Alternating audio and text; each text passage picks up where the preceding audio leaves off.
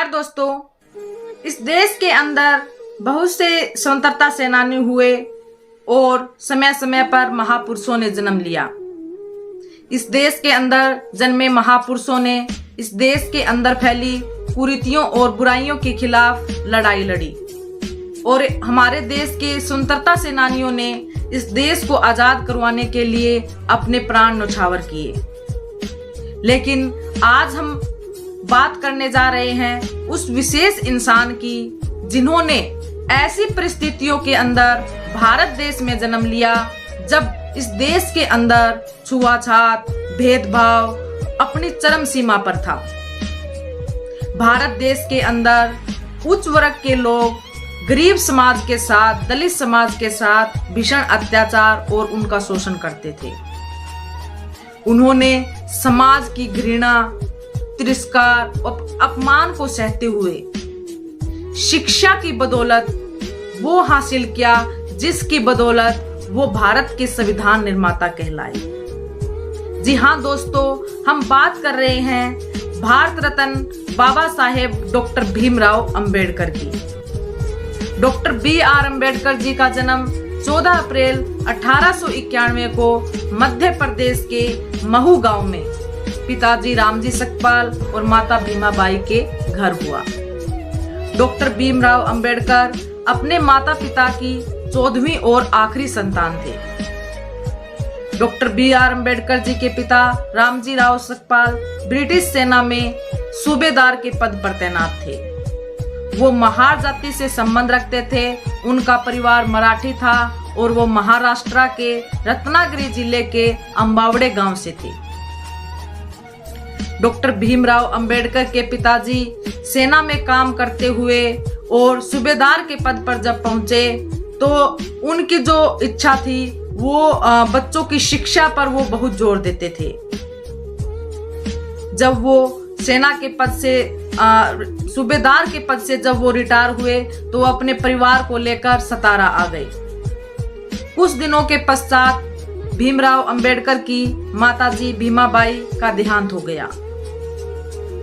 Doctor B.R. Ambedkar और सहित उनके 14 भाई बहनों की जिम्मेदारी उनकी चाची जी पर आ गई।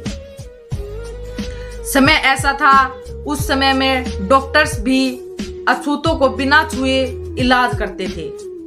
बीमारी के चलते और दवाई ना मिलने के कारण बाबा साहब और के जो भाई बहन थे, 8 भाई बहन थे, उनकी डेथ हो गई और उनमें से केवल 5 जीवित बचे।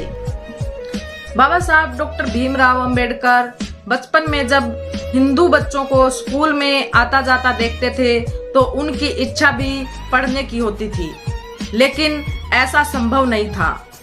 बाबा साहब डॉक्टर भीमराव अंबेडकर अपने पिताजी से जिद करते थे कि उनका भी स्कूल में एडमिशन करवाया जाए, लेकिन उस समय में शिक्षा का अधिकार केवल उच्च वर्ग के लोगों के पास था और दलित समाज के लिए सोचना भी एक गुनाह था। लेकिन डॉक्टर भीमराव अंबेडकर की जिद के कारण रामजी राव सकपाल ब्रिटिश सेना के एक सेना अधिकारी के पास गए और उनसे विनती की और कहा कि मैंने ताउम्र सरकार की सेवा में गुजारा है।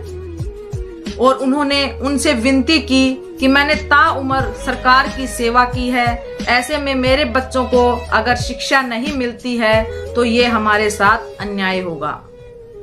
उस सैनिक अधिकारी ने रामजी राव सकपाल की बात को मान लिया और उन्होंने एक स्कूल में डॉक्टर भीमराव अंबेडकर का एडमिशन करवा दिया।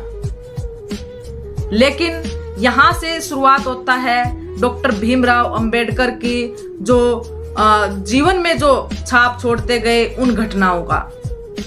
जब डॉक्टर भीमराव अंबेडकर ने स्कूल के अंदर एडमिशन लिया और बाबा साहब डॉक्टर भीमराव अंबेडकर ने छुआछात और भेदभाव की घटना से वो परिचित हुए और उन्होंने देखा और उनके साथ जो बर्ताव हुआ कि डॉक्टर भीमराव अंबेडकर क्लासरूम से बाहर बैठकर पढ़ाई करेंगे और घर से टाट पट्टी अपनी लेकर आएंगे और क्लासरूम से बाहर वो बैठेंगे। डॉक्टर भीमराव अंबेडकर ऐसा ही करते थे। वो घर से टाट पट्टी लेकर जाते और वो क्लासरूम से बाहर बैठते थे। लेकिन ये एक घटना नहीं थी, ऐसी तमाम घटनाएं बाबा साहब को हर रोज देखने को मिलती थी। डॉक्टर भीमराव अंबेडकर को स्कूल में, क्लासरूम में पानी नहीं पीने दिया जाता था। स्कूल रूम के अंदर जो घड़ा या मटका होता था उसको छूने की मनाही थी। बाबा साहब को अगर पानी पीना होता था तो स्कूल का जो चपरासी था वो बाबा साहब को पानी पिलाता था। वो ऊपर से पानी पिलाता था और बाबा साहब दोनों हाथों को जोड़कर वो पानी पीते थे। जिस दिन कभी स्कूल का चपरासी स्कूल के अंदर नहीं आता था तो बाबा साहब को पूरा दिन प्यासा ही रहना पड़ता था। स्कूल और घर के बीच के रास्ते के में एक कुआं पड़ता था और बाबा साहब कभी कभी उस कुएं से पानी पी लेते थे। लेकिन ऐसा कब तक चलता? जातिवादी मानसिकता के लोगों ने बाबा साहब को पानी पीते हुए देख लिया और बाबा साहब के साथ इतनी भयंकर मारपीट की और उन्हें इस शर्त पर जीवित छोड़ा कि वो दोबारा से इस कुएं से पानी नहीं पिएंगे। बाबा साहब डॉक्टर भीमराव अंबेडकर, ये छोटी छोटी तमाम घटनाएं बाबा साहब डॉक्टर BR अंबेडकर जी के जीवन में घटी। और ये घटनाएं ही नहीं, जब बाबा साहब डॉक्टर भीमराव अंबेडकर बाल कटवाने के लिए नाई के पास जाते थे तो नाई उसे धक्का मारकर भगा देते थे कि तुम अछूत हो, तुम महार हो, तुम्हारे बाल हम नहीं काट सकते। बाबा साहब डॉक्टर भीमराव अंबेडकर जी के बाल उनकी बहन घर पर ही काटती थी।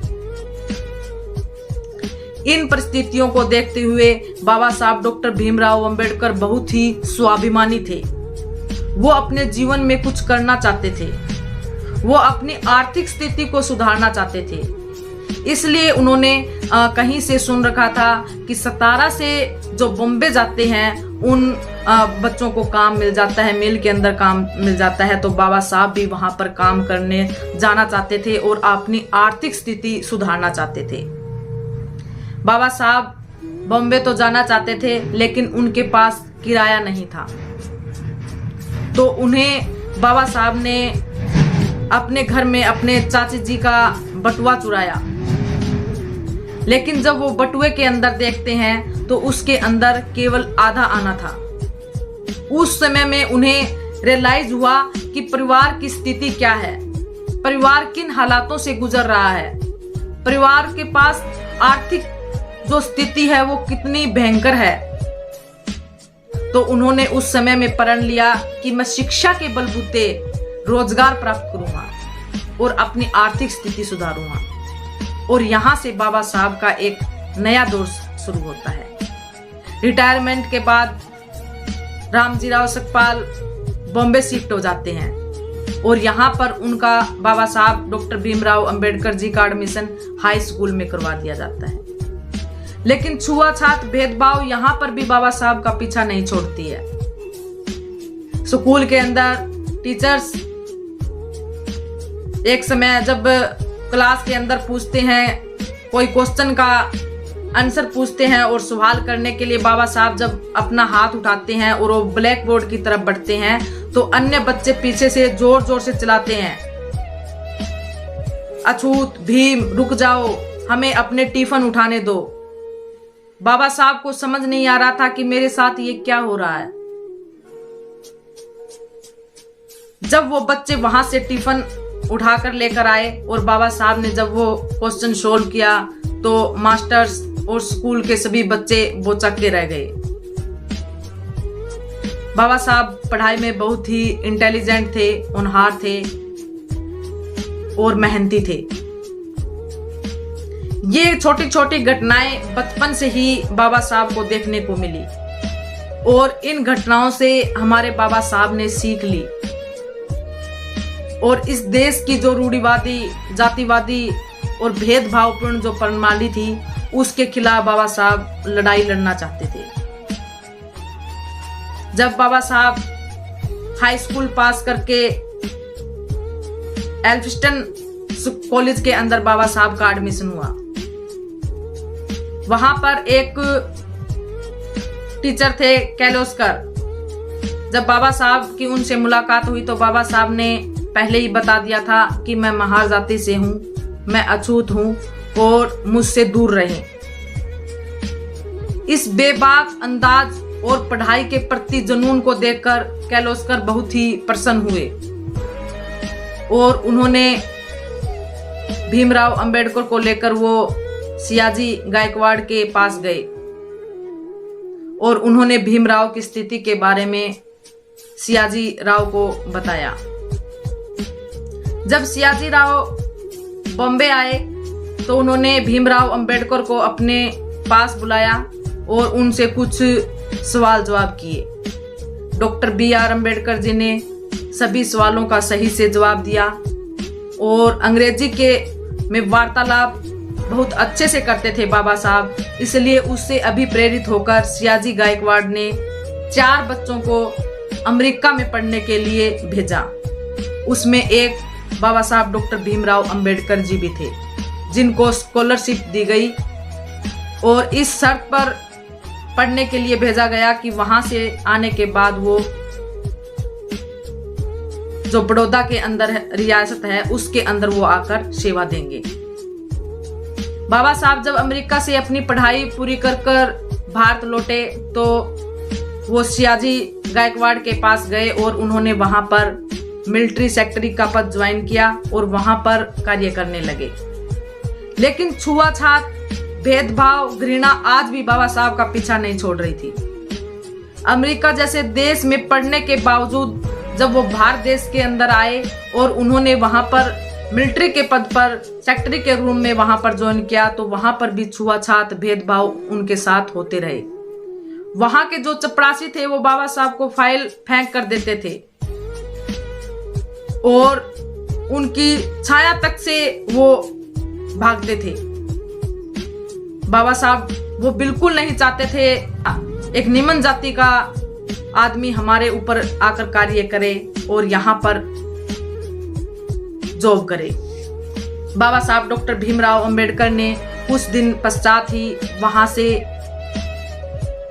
अपनी जॉब को छोड़ दिया और वो पढ़ने के लिए लंदन चले गए। लंदन में उन्होंने MSc, DMSc और बैरिस्टर की उपाधि प्राप्त की और 1923 में फिर वो भारत आ गए और यहाँ पर आने के बाद वो वकालत करने लगे।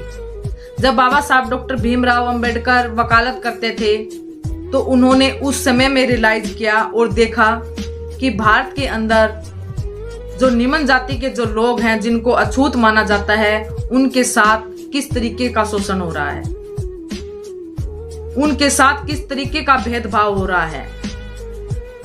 तो बाबा साहब ने उस समय प्रण लिया कि मैं अपना जो जीवन है वो मैं गरीब समाज और दलित समाज के उत्थान के लिए लगाऊंगा और उनके लिए मैं कार्य करूंगा।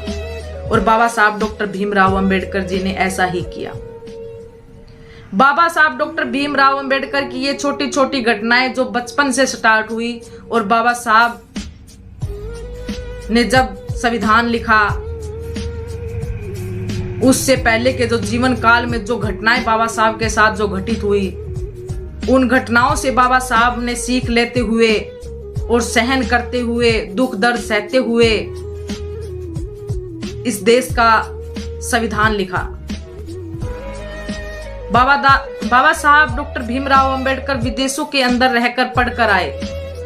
अगर बाबा साहब डॉक्टर भीमराव अंबेडकर चाहते तो उनकी एजुकेशन को देखते हुए, उनकी काबिलियत को देखते हुए उन्हें अच्छी खासी पोस्ट मिल सकती थी और वो विदेशों में भी सेटल हो सकते थे। लेकिन बाबा साहब डॉक्टर भीमराव अंबेडकर जी ने ऐसा नहीं किया। वो विदेशों में गए, वो वहां से पढ़कर आए, वो केवल दलित समाज के बारे में और गरीब समाज के बारे में सोचते थे। और यहां आने के बाद जो इस देश के अंदर जातिवाद, भेदभाव, अस्पृश्यता जो भयंकर तरीके से फैली हुई थी, बाबा साहब ने उसके खिलाफ लड़ाई लड़ी। जब बाबा साहब डॉक्टर भीमराव अंबेडकर को संविधान लिखने का मौका मिला तो बाबा साहब डॉक्टर भीमराव अंबेडकर जी ने संविधान के अंदर वो तमाम अधिकार, वो तमाम बातें जो दलित समाज को और बाबा साहब को नहीं मिल पा रही थी उस समय में, वो संविधान के माध्यम से एक कानूनी दस्तावेज तैयार किया। आज हम अच्छी शिक्षा ले रहे हैं, आज हम सरकार की जो सुख सुविधाएं हैं उनको भोग पा रहे हैं, आज हम खुले से कहीं पर भी आ जा रहे हैं या खुले वातावरण में हम सांस ले रहे हैं, वो सब बाबा साहब डॉक्टर भीमराव अंबेडकर जी की बदौलत है। बाबा साहब को स्कूल में नहीं जाने दिया गया, लेकिन आज हम स्कूल में जा रहे हैं, कॉलेज में जा रहे हैं, यूनिवर्सिटियों में जा रहे हैं। बाबा साहब डॉक्टर भीमराव अंबेडकर को पानी नहीं पीने दिया गया, क्लास से बाहर बैठाया गया, लेकिन आज हमारे पास वो तमाम राइट हैं। आज हम शिक्षा के दरवाजे हमारे लिए खुले हैं, पानी के पीने के जो स्रोत हैं उन पर हमारा समानता का जो अधिकार है वो है। आज कोई जाति के आधार पर हमसे भेदभाव नहीं करता है, अगर कोई करता है तो वो संविधान का उल्लंघन करता है। संविधान एक कानूनी दस्तावेज है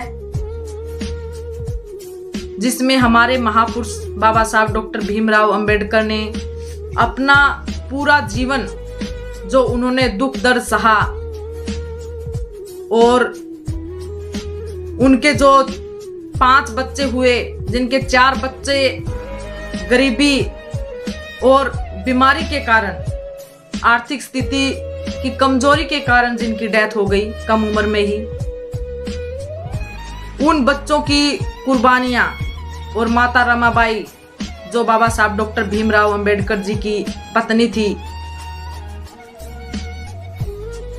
जिनकी शादी मात्र 9 वर्ष की आयु में, बाबा साहब डॉक्टर भीमराव अंबेडकर की आयु 15 वर्ष जब उनकी शादी हुई, और वहां से लेकर माता रामाबाई और पूरे जीवन काल में उन्होंने बाबा साहब का कंधे से कंधा मिलाकर साथ दिया।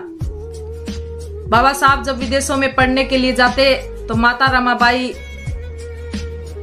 यहाँ पर रहकर अपने बच्चों की देखभाल करती, और इतना ही नहीं, कठिन परिस्थितियों में उन्होंने ऐसे ऐसे काम किए जो हम सोच भी नहीं सकते। वो दूसरों के घरों में बर्तन मांजती, गोबर के उपले बनाती और उनको बेचती, और बाबा साहब को कभी भी उन्होंने फोर्स नहीं किया, कभी भी विवश नहीं किया कि वो अपनी पढ़ाई को छोड़कर परिवार की देखभाल करें। बाबा साहब विदेशों में रहकर पढ़े, उनके 4 बच्चे बीमारियों के कारण और आर्थिक स्थिति और आर्थिक पैसों की वजह से उनकी डेथ हो गई। बाबा साहब ने डॉक्टर भीमराव अंबेडकर ने ताउम्र अपने जीवन में तमाम कार्य किए, चाहे वो महिलाओं के लिए हो, मजदूरों के लिए हो, गरीब समाज के लिए हो, दलित वर्ग के लिए हो, या फिर संपूर्ण भारत के लिए हो। वो सदैव सराहनीय रहेंगे। जो संविधान बाबा साहब डॉक्टर भीमराव अंबेडकर ने लिखा, उस संविधान को अगर हम पढ़ते हैं तो जानते हैं और समझते हैं कि उनकी सोच क्या थी उस समय में, वो किस हद तक सोचते थे, जिसकी हम कल्पना भी नहीं कर सकते। बाबा साहब डॉक्टर भीमराव अंबेडकर ने उस समय में वो सोचा और वो किया। वो महिलाओं के लिए हिंदू कोड बिल लेकर आए, उसमें तमाम जो महिलाएं थी, महिलाओं की जो स्थिति थी इस देश के अंदर, वो निम्न कास्ट की महिलाएं हो या उच्च वर्ग की महिलाएं हो, महिलाओं की स्थिति भी अछूतों के जैसी ही थी, और उनके जैसी सोच आज तक मैंने किसी की नहीं देखी। बाबा साहब डॉक्टर भीमराव अंबेडकर महिलाओं के लिए बाल विवाह, सती प्रथा, पिता की संपत्ति में अधिकार, तलाक का अधिकार, मैटरनिटी लीव, इस तरह के वो तमाम अधिकार उस समय में जब महिलाओं का घर से बाहर निकलना भी कठिन था, उस समय में वो इस हद तक सोचते थे।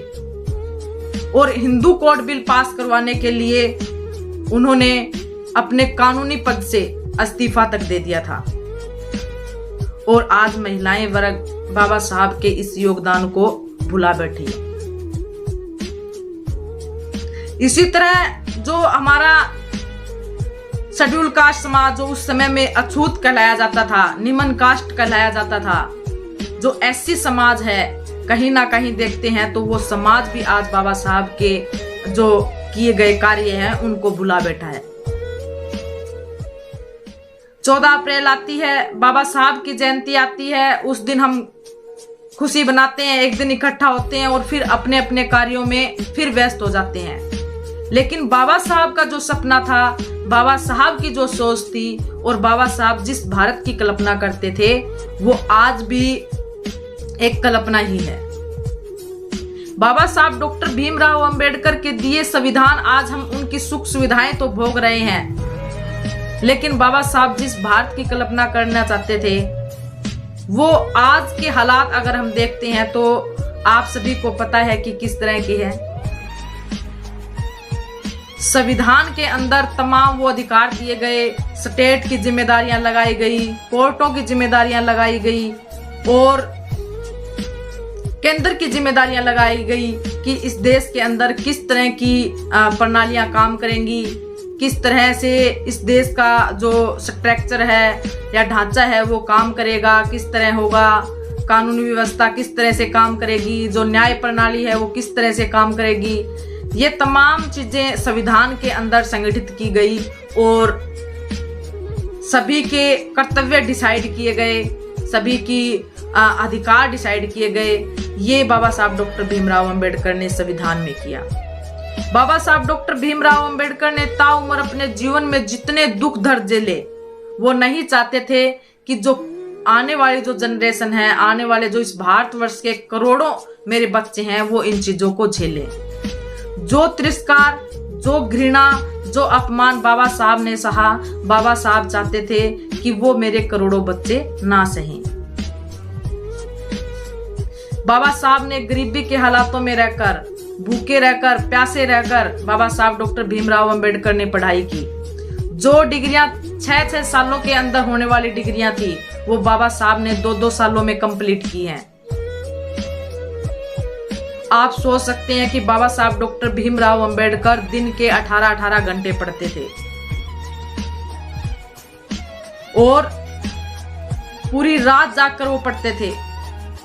इस कदर उनके अंदर वो जुनून था, इस देश के अंदर जो रूढ़िवादी जो विचारधाराएं फैली हुई थी, जो छुआछूत फैला हुआ था, उनको खत्म करने का और समानता की लाइन में लाने का सबको, इस कदर उनको जुनून था कि वो दिन भर और रात भर जागते थे और भूखे प्यासे रहकर वो पढ़ाई करते थे और अपना कमरा अंदर से बंद कर कर, लॉक कर कर, उनको पता नहीं होता था कि रात की दिन कब हुआ और दिन की रात कब हुई। वो दिन रात पढ़ाई करते थे,